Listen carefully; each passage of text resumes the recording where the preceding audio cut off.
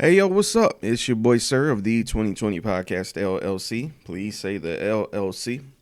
And in case you've been under a rock or just hadn't been on our Facebook page or Instagram, which you totally should be following, it is with great grief that I report to our listeners that we lost a member of the 2020 Podcast LLC on Monday. We lost ReyDub, the life changer. She passed away. And this week, I know we uploaded the episodes of Candid Conversations with Ariel this week. And those were kind of done in advance. I didn't want to make any changes because they were literally so ingrained in what was going on. But I did want to recognize my sister and come and talk to you, our listeners, about what occurred. I will not go into details for the sake of the family, of course, but it is true. ReyDub, the life changer, has transitioned. She passed Monday, and we're feeling it. We're feeling it. We are feeling the throes of grief. In that meantime, we've held a benefit this past weekend. And our brother Eternity had a concert for 10 years of Merciless Minds. We dedicated it to the memory of Ray, where we were collecting money as well. And her homegoing service is this Saturday. So in respect for her, this week, there will only be one episode uploaded, and it will be a re-upload of our classic interview, Business Minute with ReyDub, the life changer. It's quite honestly one of my favorite memories of her. It was very candid. It was very honest. It was very fun. I got to come to her home and sit with her and interview her for the spectacular person she was. And I really feel like for those of you who knew her as a podcaster, who knew her as a poet, you get to know her as the woman behind all of that. So with no further ado, I introduced to some.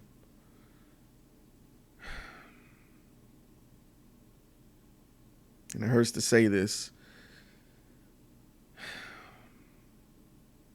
And I say goodbye to my sister, my co-host, my great friend, ReyDub, the life changer. We will miss you, girl. We will miss our lady. Blessings.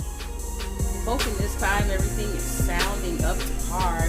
This is your girl, Lady from 2020 Podcast, being interviewed by the ever effervescent Sir. Hey. Yeet. Man, you know what? I'm waiting for someone to watch these videos. They're not going to catch it. I'm not even going to say. I'm just waiting on somebody to slide in my DM and be like, hey, did you put big at the end? I was going to start taking it out, but no, like, nobody's let that caught it. Shit ride, bro.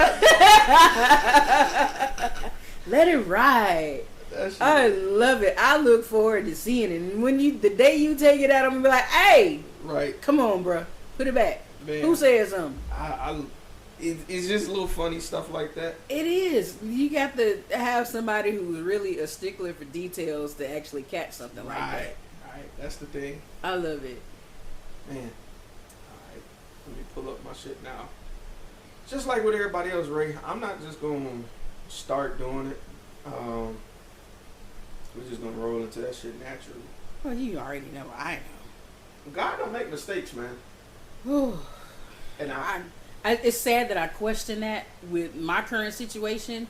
I'm like an impatient baby. There are certain things that I am accustomed to, and one of those things is having a car that runs and a job where I'm making some money. So I feel so out of place.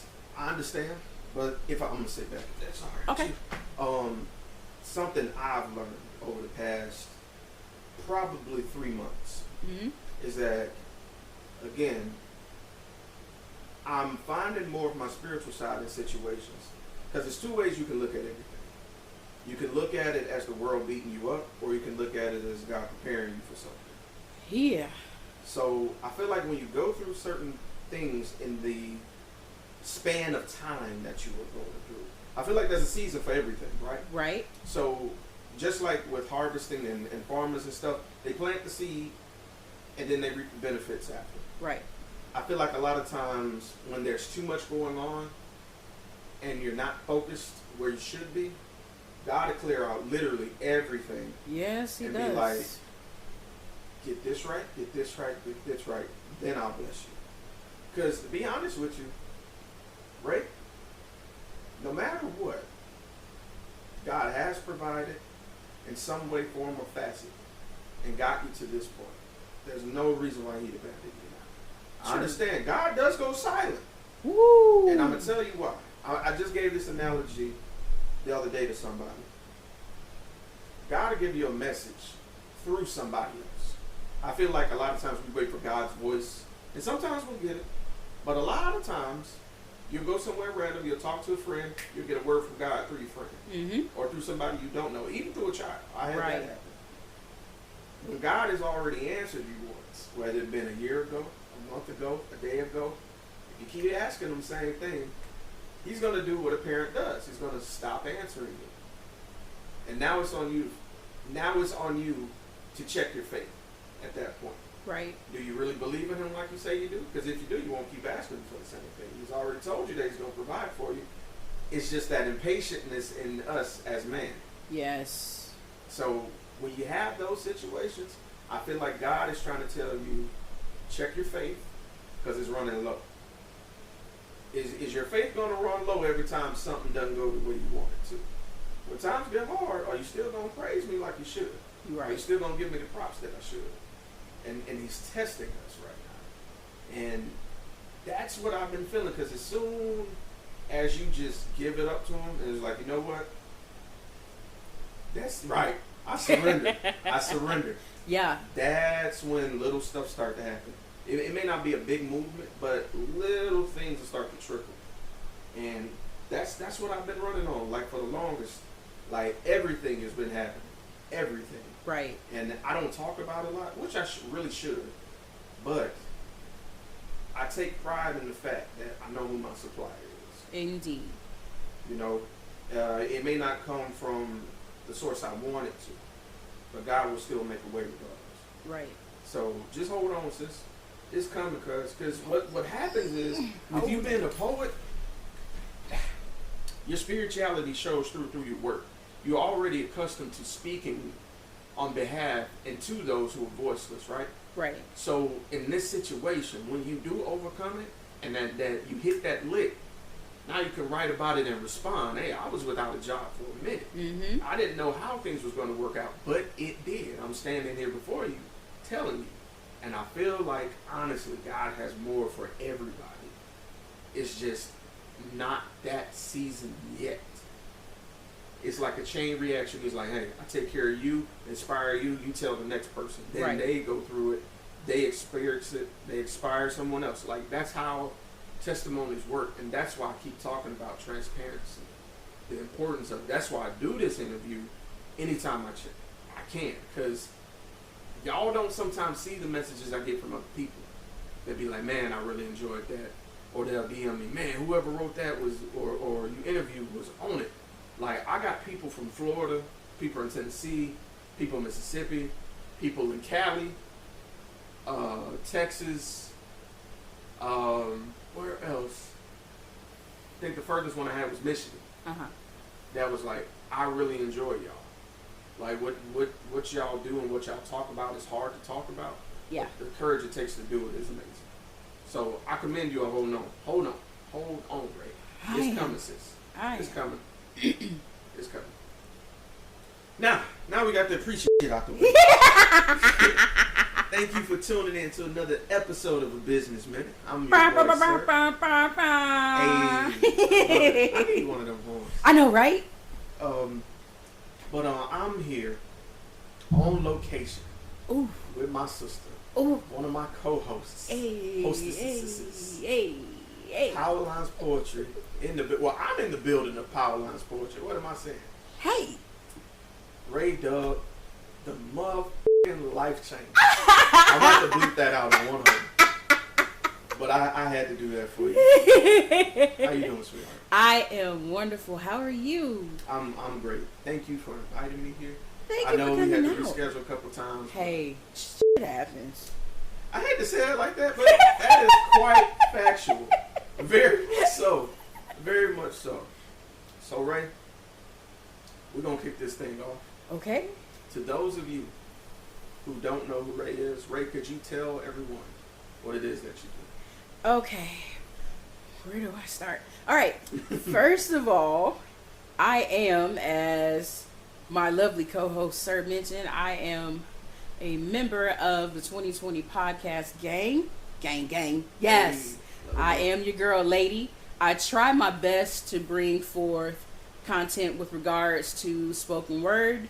Things have been kind of rough lately, so I have not been putting out as much content as I would like to, but every once in a while, when the mood hits me, there are certain topics that I want to speak about just for a minute. Actually, I recorded one today. Check my page. Hey. I did record something today about something that I saw on TV with regards to being good co-parents, and something that kind of ticked me off. Okay. But first and foremost, I suppose that I am one of 8 members of Power Lines Poetry. Hey. My stage name is ReyDub, the Life Changer, and I'm quite certain sometime during this interview we will break down exactly what it means. Hey, I'm with it. All right. So, Ray, how long have you been doing poetry, sweetie? I have been writing since, I'll say, my junior year of high school, so we're talking like 95. Man. Yeah, OG. so off and on since 1995, whether it was something personal that I wanted to write or it was something in school as a project, something that the teacher required in class. So, okay. yeah. Okay. All right. Cool. So, creative writing was your thing. Yes, definitely. I wrote short stories, for almost 13 years. I was an only child. So I would be in my room trying to figure out what I wanted to do that particular day. My mom and my dad, they were all, doing their own thing. They didn't take time to play with me for real. So I had a room full of shit to play with and a computer. So I would just get on the computer and type stuff and make up all kinds of short stories. And I probably did a few poems back then too, but I don't have any of them to speak of now. So it was an outlet for me, a way to get my thoughts out when I didn't have anybody else around to talk to. So that has always been a go-to place for me. In about every room of this house, there is pen and paper somewhere closely accessible. Even if I have to pull a sheet of paper out of my printer over there at the computer to just jot down anything, I've kind of gotten a little more advanced, and I use a voice note on my phone to record anything that I'm thinking of. That way I don't lose it, because my brain will just go off somewhere and I'll forget that particular line or two, or possibly beginning of a new poem, and I'm like, shit, I forgot it. Don't you hate that? I hate it. Yeah. All right. So that brings me to one of my starter questions. Okay. With you being a fan of writing, and like you said, a recurring thing I'm noticing with a lot of your troop mates through Powerline is that a lot of you guys, although you started with poetry, you dabble in short stories as well. Yeah. So I think that's cool. I do think that, that plays a part into the originality piece. Like, being versatile is important. Right. And having that in your back pocket, you can, I'm sure, draw from that to your poetry. And also, I'm pretty sure they can kind of correlate where they can inspire each other in a way. Yeah. So I think that's dope. Now, going back to the young Ray, those days on the computer typing up, what's on your mind. Like, what inspired you to say, you know what, let me just type some stuff? Like, was there like a source, or just a spark that happened? I think it's a bit of a spark being the nerdy magnet school kid where you had to read those books over the summer every year for about 70 jillion years. Summer reading lists. Oh man, they were the worst. My mom always made sure I finished my books like in the first month and a half. So go on and get the book reports out the way so you can enjoy what's left of your summer. But I think from there, being creative from all of the different books that we were required to read, that's just where I got the inspiration from. It wasn't like anything going on in my life other than school, because quite frankly my mom was crazy and that was all I got to do was go to school, study, do your homework, make good grades. So I pulled a part of that, I guess, into my personal life, and I have been writing for a couple of decades now. Okay. And I hear you on that. When I was a bit, and I hate using this term, but it's more accurate the older I get, and I see some of the lifestyle changes that people have that I've noticed growing up. Right. Sheltered. I hate to use that word. Was totally terribly sheltered. Same here. Same here. And pretty much school and church. Was it? That's it. Right. You go to school, come home, do your homework, go to choir practice, be an usher, all that shit you didn't want to do, you had to do it. And that's what it was. Right. I understand. And I think, and this is just me, the mind is an abstract playground. It's like a sandbox where you can literally make whatever you want. You just have to will it and make it your own. And I think with it being an infinite sandbox in your mind, you could really draw from that well the more, I guess, more vividly all the than time. some other people. Because what I found myself doing, and this is just me, when I was in that situation, I would go on vacation to New Orleans, and while I was there, I would, and the term is stop and smell the roses. Right. I would take notice of all the things around me. I would just literally stop and just look at every single detail around me that I could. And I would draw from that as a memory and use that to help me write. Because I did the same thing with creative writing in high school. And so that was me. I would kind of like take like a snapshot of where I was, and I would draw from that as inspiration. Yeah. All right. So my next question. How do you manage? Well, excuse me. I almost skipped the question. Now, as far as the inspiration goes, I understand that it was more of the reclusiveness of it that you drew from. So, with that being the case, being mainly to yourself, were there any obstacles that you encountered when it comes to writing because of the reclusiveness? Or just in general? Let me go with in general, and this is something that I've been thinking about all week that I wanted to make sure that I brought up. Okay. Because it's so ironic. A couple of weeks ago, I had posted a picture of some of my classmates from our senior year in our AP English class. We're all decked out in the uniforms. Remember that picture? Yeah, so somebody tagged that teacher of the classroom that we were in, and her name is Stella Hester. Let's go ahead and say that, Stella. So we had this project called the Big Kahuna that everybody was always so crazy about. I don't know why she called it the Big Kahuna. She would decorate the room with Hawaii type tiki party stuff, and you had to put all of these things together and get a good grade on it. But there was a poetry contest that was held by the school system every year. And they gave, first place to elementary, middle, and high school students and whatnot. So I decided to write a poem. The topic was We Are the Future. I wrote a poem. I went over it. I proofread. I made sure all of my subject and verb agreements were right. And I submitted it to my teacher.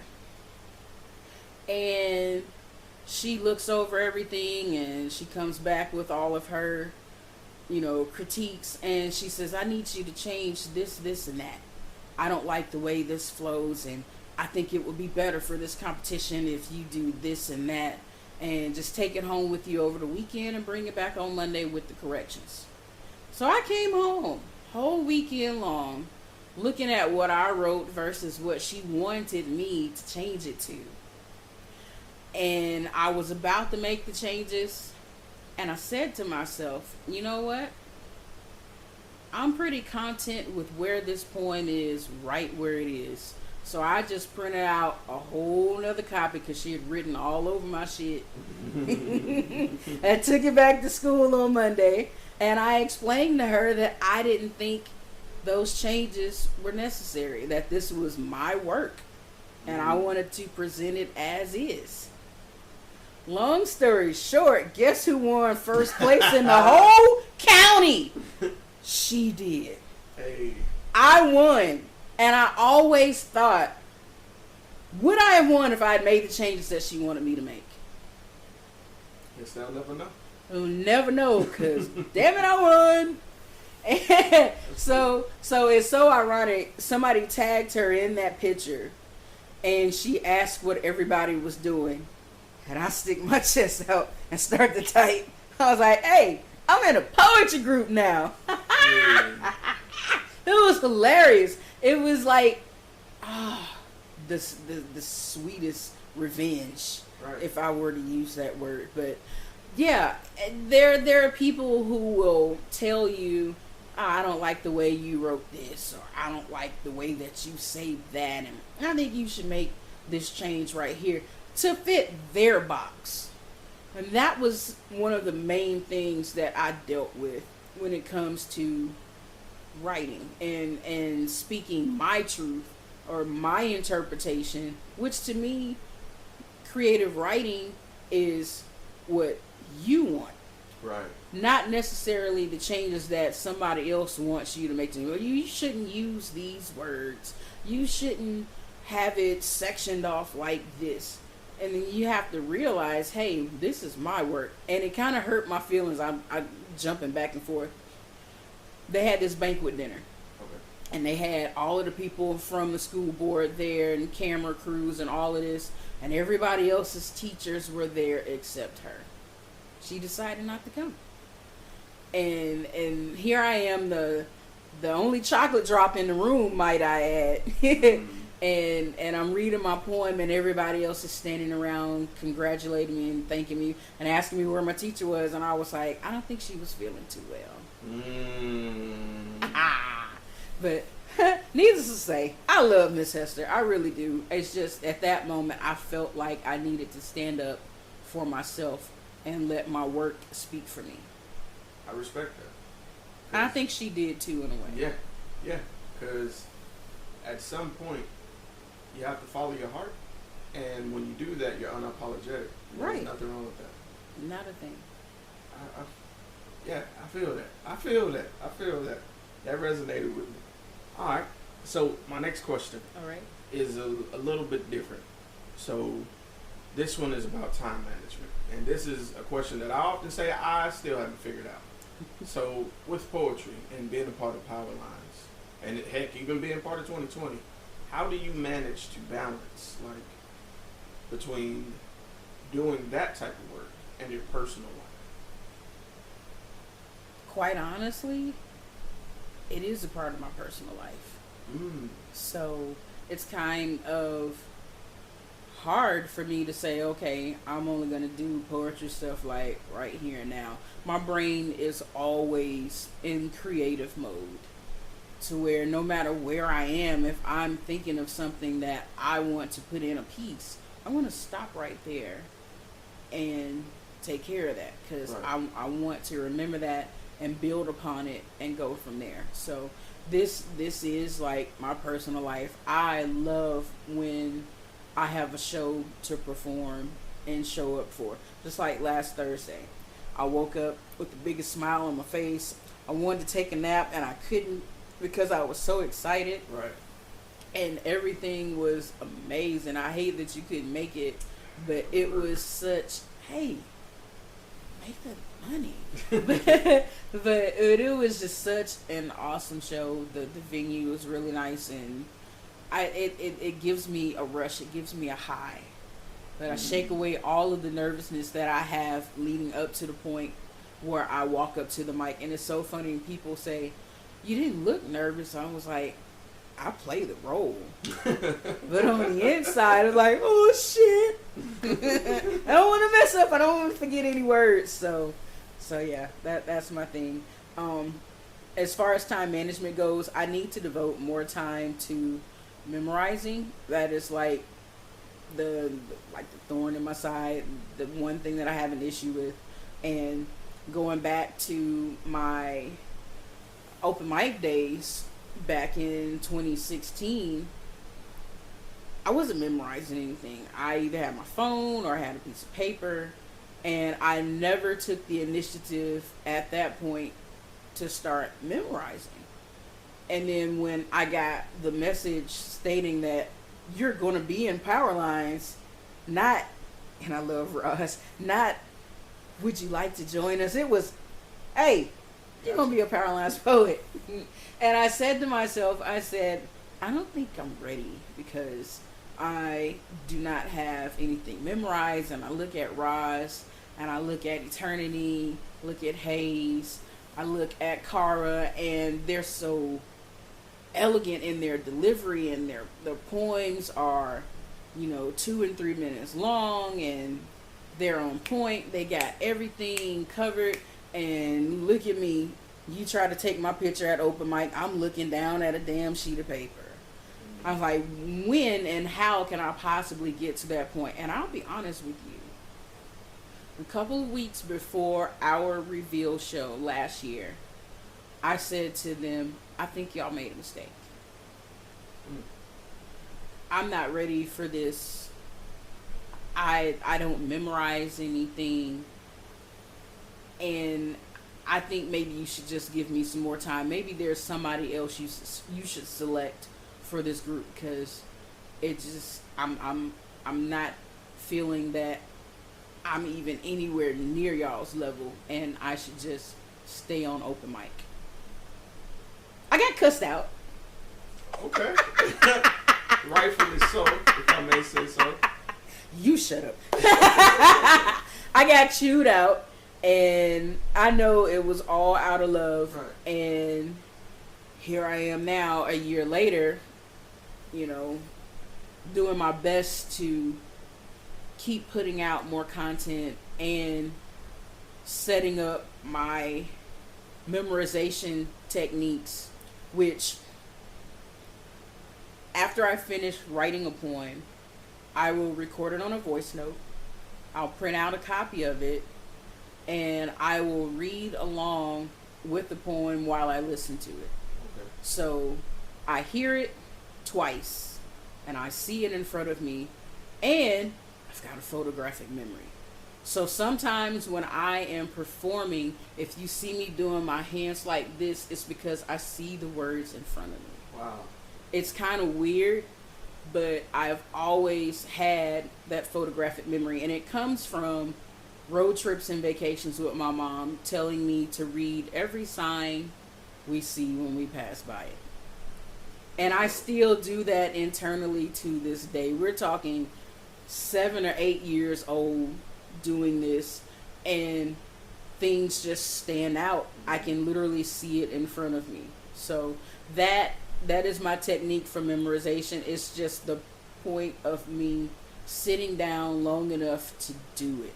That's where my problem is. But once I start listening to it over and over and seeing the words, then it sticks. Okay. All right. Now, that's interesting. Going back to, I guess those instilled habits stay with you, and how they can be incorporated into like your passion. That's kind of cool, because it's funny, like I was talking about having that photographic memory. Mm-hmm. I remember the first sentence I ever read. I know that may sound crazy. It doesn't. I remember it plain as day. I was super scared to read aloud as a kid. Like when I was younger, when I was learning to read around 4 or 5, Right. I was super afraid. Like I would read to myself, and I had plenty of books. But if you asked me to come here and read this, I would freeze. Straight nervous. Right. And my grandmother sat me down and was like, all right, I'm going to ride by, just like you said, because we lived in Tolmanville. She was like, I'm going to ride by different signs in different streets. I'm going to point to one, and I want you to sound it out and say it and read it. And we did that for like weekends. Every weekend she'd do that. We'd just go and ride, point to a sign. I had to sound it out. Sometimes I get it, sometimes I wouldn't. Right. But it stuck with me. Yeah. So now every time I pass by a street, like you said, in my mind, I sound out the street. Even though I can read it, Yeah. I still sound it out. And the very first sentence, when we stopped at the store that was around the corner from my house. It's a little side store, nothing fancy, like a little gas station stop, but without the gas station. And the sign said, it was spray painted on the wall. It was a mural. If kids have guns, call 911. And she cranked up the car, and I read it. And she just stopped and started, boy, because that was my nickname, boy. And she just started laughing because that was the first time I actually came out without somebody telling me to read something, and completely off track. But that what you said just resonated. Exactly. With me. See there? Yeah. So you feel me? Right. Now, it's funny because with that story me giving you, I want to ask, is there any experience also that kind of stands out to you as the most memorable? Whether it be with power lines, whether it be, just like the story you just shared with reading signs as you guys do a road trip with your mom. Are there any other memorable moments that really hit you as like, yes, this is why I love poetry? Okay, so I'll take it back to the very first time I was on open mic for a Power Lines poetry show, because I had been going to shows and just out of the sheer support for Eternity and Roz that, I met Roz back in like 2013 at a show at this place called the Beale Street Bottle Club in Fort Walton Beach. Okay. And I was vacationing in Destin, and Eternity was like, hey, why don't you come over to the show? I was like, sure, come to the show. So I'm seeing all of these other poets. That's also the first time I met Hayes and K. Marie. Hey. It was just a room full of greats. Hey, for real. Yeah. So I'd seen them posting on Facebook about coming to Shock Therapy Sundays, and I decided, I think I'll go to a couple of shows. And then one month, Roz had posted, if you're interested in being on open mic, inbox me. So I inboxed her. I hadn't done any spoken word since my days on the yard at Alabama State, and we're talking 96 to 98. But I had still been writing. I had just never performed anywhere here. So she said, sure, I'll put you down on the open mic list. I didn't know you wrote. I was like, yeah, I'm just trying something different, getting my nerves together because I had stage fright. So I decided to get over it. And my love of poetry said, let's get on open mic. Let's see what it's all about. So I get up there and I do my poem, and Eternity was, introducing and hosting the show and whatnot. And he gets up to the mic after I sit down. Everyone's clapping and going on. And he was like, Raina, what the fuck? He was like, you didn't tell me you wrote, and this poem that you came up in, your ass better be back next month. So from then on, I would go to each show and get on the open mic list. And then that's where I met Mr. I'm Just Being Honest. Oh, Delonte. So it was strange to see Eternity on the mic saying, next up on the open mic list, and then this is a dope ass name, Mr. I'm Just Being Honest. And I'm like, what was this nigga? Like, for real? That's your whole stage name? It kind of made me think about a pimp named Slickback. You got to say the whole thing. Right. Mr. Yeah. I'm Just Being Honest. So he comes out. He's got on the hat. and long sleeve shirt and the jeans and the shades. I'm like, so we can't see your eyeballs and nothing. And and it was just strange the way that we both only saw each other when it was open mic night. And to be asked at the same time to become members, both of us were like, we just cool with doing open mic. And honestly, I was. If she had never asked me to become a member of Power Lines Poetry, I would still be on open mics right now to this day with no problem. I never saw myself doing any higher than what I was doing on the open mic list because I was cool with that. So it's still so surreal setting in, doing shows, and when we finish, people are just coming up out of nowhere to say, hey, I really like this poem. Can I take a picture with you? What's your name on Facebook? I always get this influx of friend requests between Instagram and Facebook days after shows.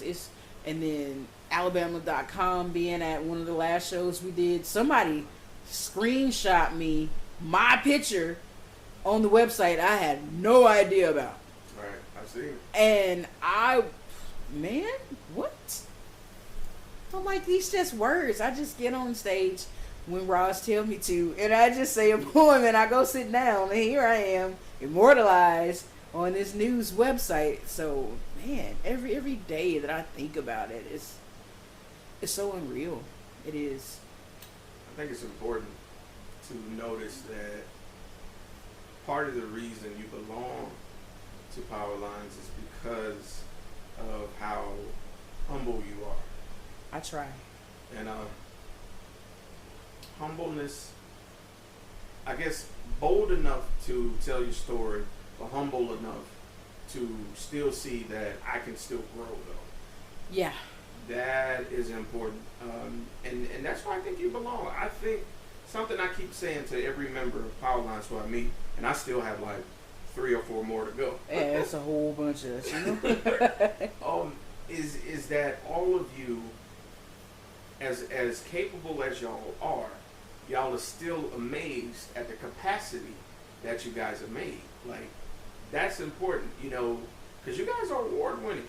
Like, literally. Oh, my God. And I know that's still hard to believe because I spoke with Roz, and when I saw that she won at the PCS. Exactly. Oh, my God. Whoever recorded that reaction, I appreciate that. Yeah, she was right on point with it, and I'll tell you a secret.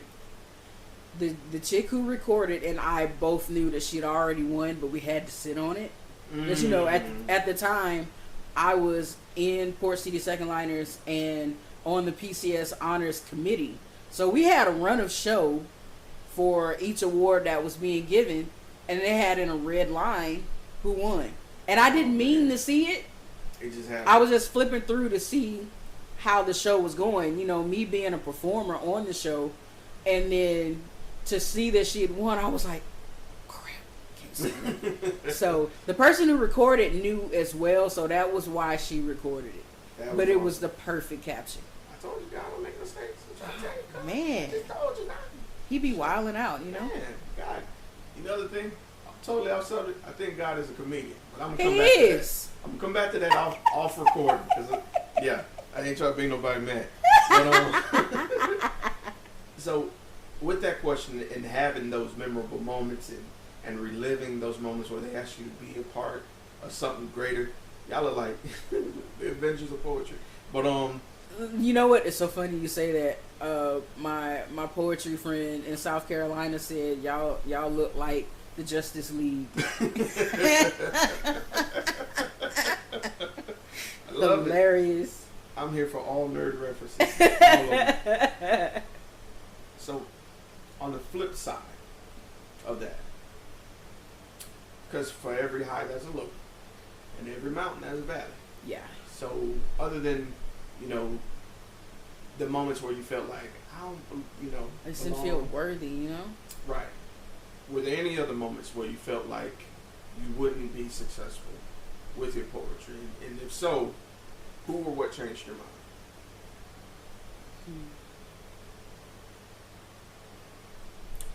I don't know.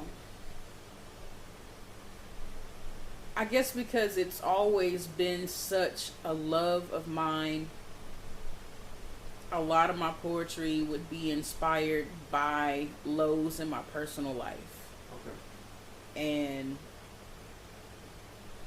it would be some difficult days to actually focus on that particular piece to the end. And I can't say there were some times where I decided, I'm not going to do poetry anymore. But I used to work a job that required at least 85% travel through the year. Ooh. And I was just always all over the place, and I never really had any personal time for myself. So my writing fell off between 2010 and 2015. Fell totally off because I was always in somebody's airport, somewhere in the air, in a cab, on a bus, anywhere. And it was something about picking that pen back up after I was no longer with that particular company, and the inspiration started to come back. It was like a part of me was reborn. Not only did I start back with writing and poetry and eventually making the decision to want to become a performer, I also got back into singing. That was something that I missed because our travel days were on Sunday.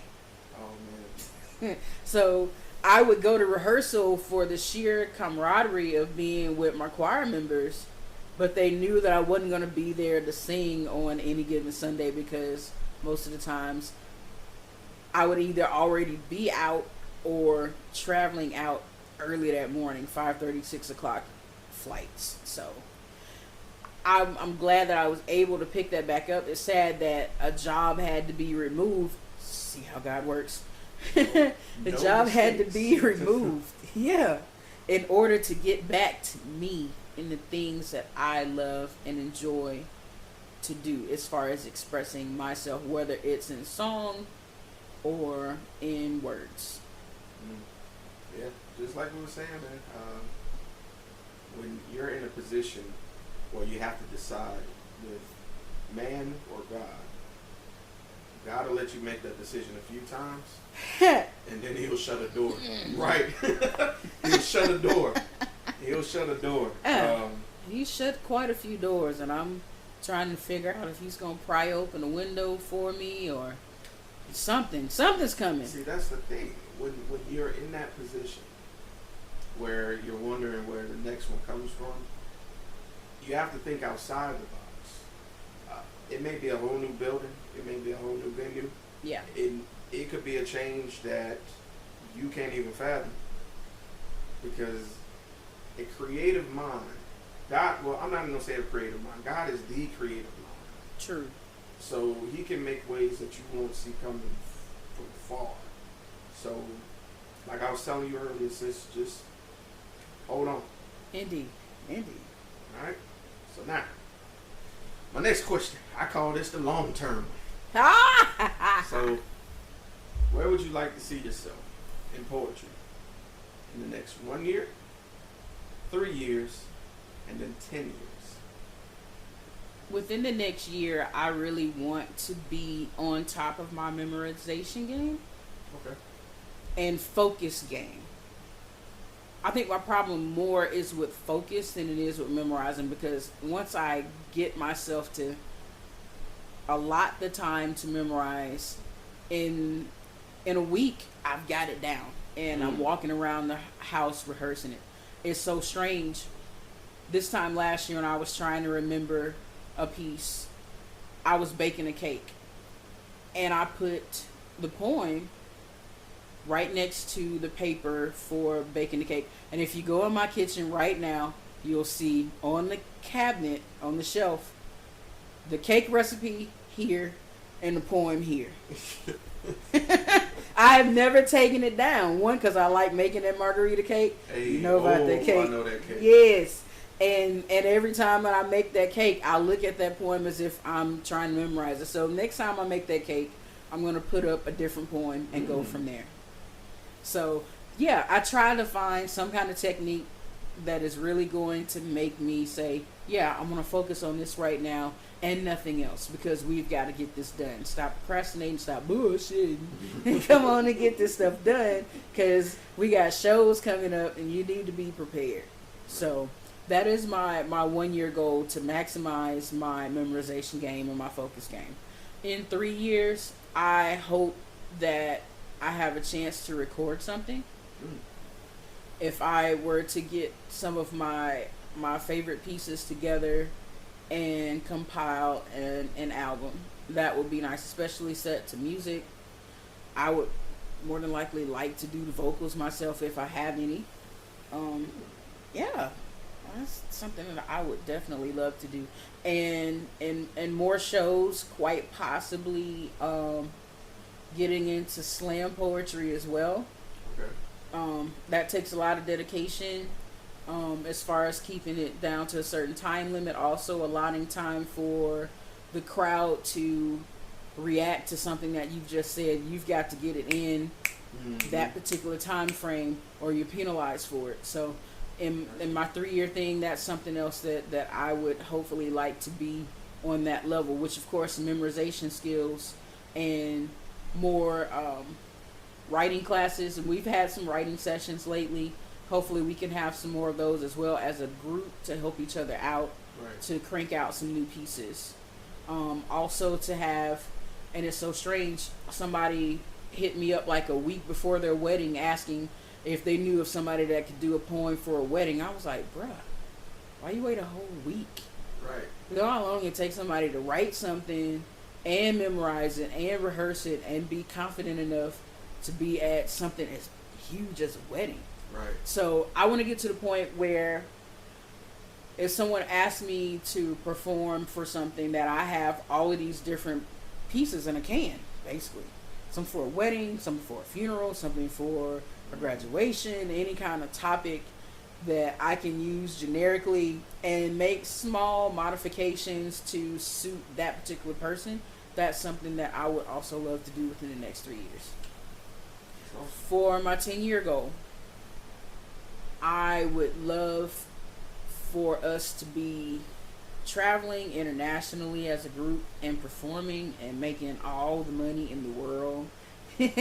Yeah, I see it happening. I mean, there's so many different poetry troupes all over the place that have gotten that big break. You know, I don't want somebody, you know, like, oh, you ain't no poet. You ain't been on Def Comedy Jam, Def Poetry Jam. I'm like, come on here. Right. You know, I don't want to forever just be local. There's so much more out there that needs poetry. Mm-hmm. And they need me because I'm cute and I'm funny and I write good stuff. Right. And I just want to get that out there. I'm with you. Like, and Yeah. excuse me, more than you know, the world does need you, man. Because I recently found out it's a lot more people with eyes on you than you realize. And that's scary and exciting at the same damn time. It is. It is. Because you're under a microscope, and the killer thing is, you could be a model poet for someone you might not even know. Right. And so I feel like with that, I hate to use the word responsibility, but it is.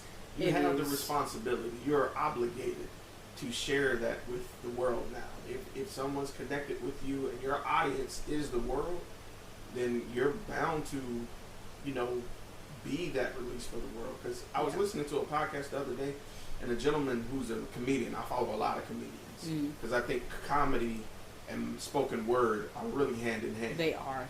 And the gentleman said, that crowd owes you nothing. And Roz said the same thing in her interview. And it's very much true, but you owe the crowd something. If they're giving you their attention, you owe them more than you realize. in some cases. So I definitely feel that the word needs you guys, because I always say this: when y'all are in the room, you can feel it. You can feel the love. Like, it could be just one of y'all there. Y'all pop off as soon as y'all see, your troop mate get called up. I love that energy. I love that vibe, because usually a poetry spot is kind of a chill, relax, jazz club type of feel to it. Right. Y'all see each other. Hey, I love that. Oh, that just it's amazing how we start off a show and Eternity is like, "Hey, yo, catharsis," and she's like, "Yo," I love that. It grabs everyone's attention, because I'm like, hey, show's about to start. Mm-hmm. It's not any of those frilly dilly walks in the park and smell the flower poetry. Hey! Say word! I love that. I absolutely love that. The fact that I'm a part of that now, I'm like, oh my God! Is this happening for real? Yes, it's happening. I got the mic. I earned the mic. All right. So, Ray? Yeah. This next question is the one I dedicate to everybody watching and listening. Okay. So, stepping out and sharing yourself, your ideas, your passion with the world is scary. It is. And the most important thing you can do is take that first step. So to those people who are afraid to take that leap of faith, what words of encouragement would you have for that person? Whether it be with poetry, an idea, an invention, a podcast, or just anything. Hey. Don't let anybody or anything hold you back. Don't let them put out your fire. Don't let them kill your passion. Thankfully, in my situation, when I finally decided to get on an open mic and share my words and my thoughts and my life with the entire world, I gave myself the okay. Don't look for that from anybody else. You are your own validator. If you have the love and the passion and the desire to do spoken word, to sing, to tell jokes, to play musical instrument, weave baskets, sell chicken wings, get out there and do it. Right. Yeah, it's a whole bunch of other people doing the same things, but you have to think about it, it's almost 8 billion people on the earth. We all can't do something different. You just be the best at what it is that you know and love. It's going to be some criticizers out there. It is. That's life, because people suck. Yeah. People can really suck the life out of you when they see that you are so passionate about something. They can say one thing that will just turn your stomach upside down. And you have to be strong enough, one, not to kick their ass, Indeed. and two, to keep pushing with what you feel is right. If it hadn't been for this little uniform girl in the 12th grade standing up to her teacher, where would she be now? Damn good point, Ray. Right? Yeah. If anybody wanted to get in contact with you, whether it be about poetry, whether it be about... Honestly, they just want to get in touch with you and see how awesome you are. Because I know, but they need to know. How could they get in contact with you? Well, on Facebook, you can find me on there as Reyna Banks. That's REYNA. You can also find me as ReyDub, and that's REYDUB. We didn't talk about my name.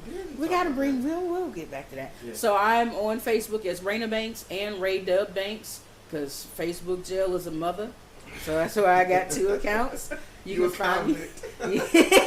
You can find me on either one of those. I am also on Instagram, and this one is kind of difficult but easy at the same time.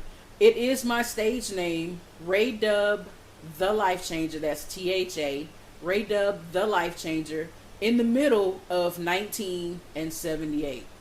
So 19, ReyDub the Life Changer. 78, because 78 is a wonderful year. Hey. That's when I bless my mom and my daddy. Hey. That's what I'm talking about. You can also find me on YouTube, and I do believe, yes, I do have a SoundCloud page. I have not been posting a lot of content lately.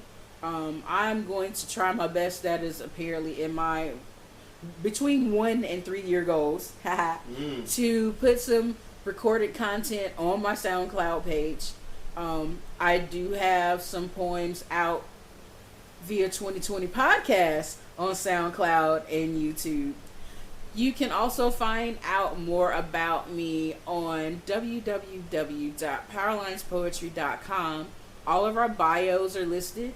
Mine, of course, is there. It tells you a little bit about why I started doing poetry, and it will have all of our up and coming show dates.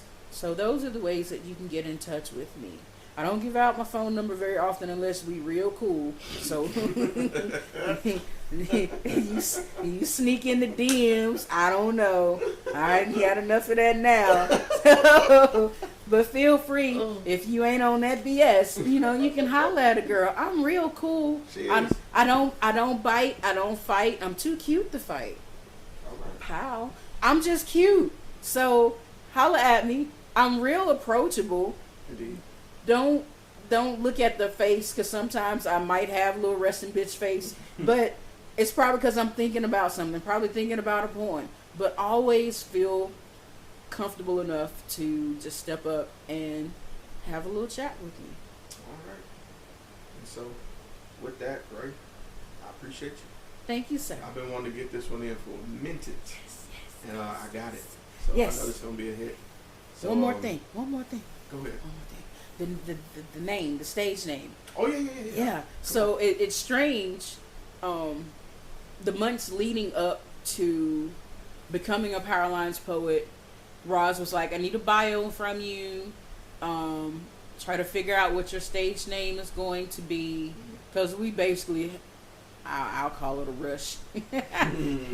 We definitely pledged to get these mics around our neck.